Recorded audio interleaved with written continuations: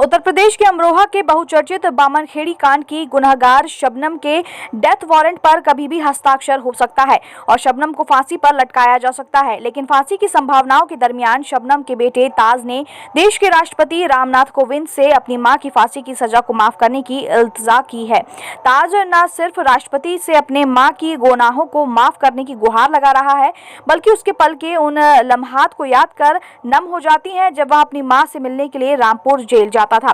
बुलंदशहर के सुशीला विहार कॉलोनी में रहने वाली शबनम की इकलौती संतान ताज के कस्टोडियन उस्मान सैफी का कहना है कि शबनम को निचली अदालत से सुप्रीम कोर्ट तक फांसी की सजा सुनाई गई है। वह कहते हैं कि ताज का जन्म जेल में हुआ था, लेकिन जब ताज की उम्र 6 साल हुई तो उसको जेल में बाहर लाया गया और अमरोहा जिला प्रशासन ने ताज का मुझे कस्टोडियन बनाया।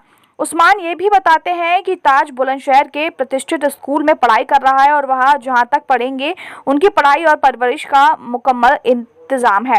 आपको बता दें कि 15 अप्रैल वर्ष 2008 को अमरोहा के गांव बामनखेड़ी की रहने वाली शबनम ने अपने प्रेमी सलीम की मदद से प्रेम संबंधों में बाधा बने अपने माता पिता, 2 भाई, भाभी, मौसी की लड़की और 7 माह के दुधमुहे भतीजे को कुल्हाड़ी से काटकर मौत के घाट उतार दिया था, जिसके बाद निचली अदालत से लेकर सुप्रीम कोर्ट तक शबनम को फांसी की सजा सुनाई गई।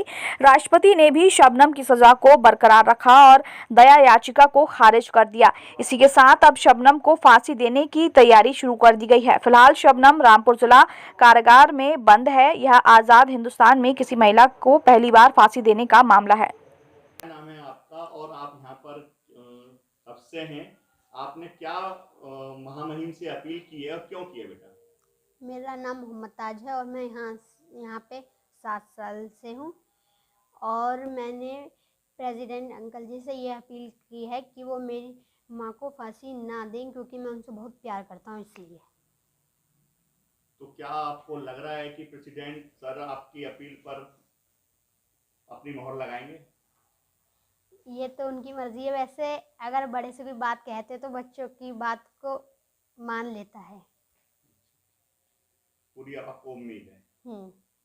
कब कब आप अपनी मम्मी से मिलने जाते हैं?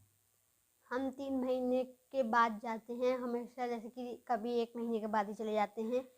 फिर जब मैं मिलता हूँ तो मम्मा गले लगाती हैं और पूछती हैं बेटा कैसे थे, पढ़ाई कैसे चल रही है, स्कूल में क्या करते हो, ये सब पूछती हैं। लास्ट बार कब मिले मम्मी से? लास्ट बार में 2021 जनवरी को मिला था। उसकी जो एंड तारीख चल रही थी उसमें। कोविड पीरियड में तो नहीं मिले होंगे? जी नहीं, फ़ोन पे बातें होती थी। क्या बातें कहती हैं वैसे मम्मा? जो मम्मा जब हम मिलने जाते थे वो बातें कहती थी और पूछ देती हैं और फिर मेरी मम्मा पापा से बातें करती थी। याद आती है मम्मी? हाँ जी। मम्मी क्या आपको सीख देती है, क्या कहती हैं कि पढ़ा करो, क्या खेला करो, क्या कहती हैं? मम्मा कहती है कि तुम अच्छे से पढ़ो या खेलो, कुछ भी करो, लेकिन एक ईमानदार और अच्छे वो बनना, बड़ा आदमी।